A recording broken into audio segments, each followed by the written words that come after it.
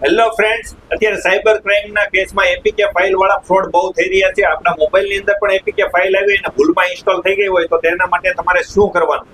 સૌપ્રથમ તમારા મોબાઈલમાંથી સિમ કાર્ડ રિમૂવ કરી નાખવાનું, વાઈફાઈ કનેક્શનને ડિસ્કનેક્ટ કરી દેવાનું અને બીજું છે કે મોબાઈલની અંદરથી કેવી રીતના એપ્લિકેશન ઇન્સ્ટોલ થઈ હોય તેને બે સેટિંગમાં કેવી રીતના પૂરેપૂરી રિમૂવ કરી શકાય ને તે આજે હું તમને શીખવાડવાનું છું. અને આવી જ કામની માહિતી મેળવવા માટે અમારા વિડીયોને લાઈક, શેર, કોમેન્ટ કરો અને ફટાફટ આ વિડીયો દરેક મિત્રોને તમારા શેર કરી દેજો.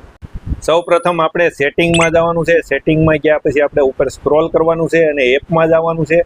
એપમાં સિલેક્ટ કર્યા પછી મેનેજ એપમાં જવાનું છે અને જે એપ્લિકેશનો ખુલે એમાં એપીકે ફાઇલ વાળી એપ્લિકેશન ગોતીને ડિલીટ કરી દેવાની છે અને પછી બહાર આવી જવાનું છે અને પછી પ્લે સ્ટોર સિલેક્ટ કરવાનું છે. પ્લે સ્ટોરમાં ગયા પછી તમારું પ્રોફાઇલ ઉપર સિલેક્ટ કરવાનું છે અને મેનેજ એપ એન્ડ ડિવાઇસમાં જવાનું છે અને મેનેજમાં જવાનું છે.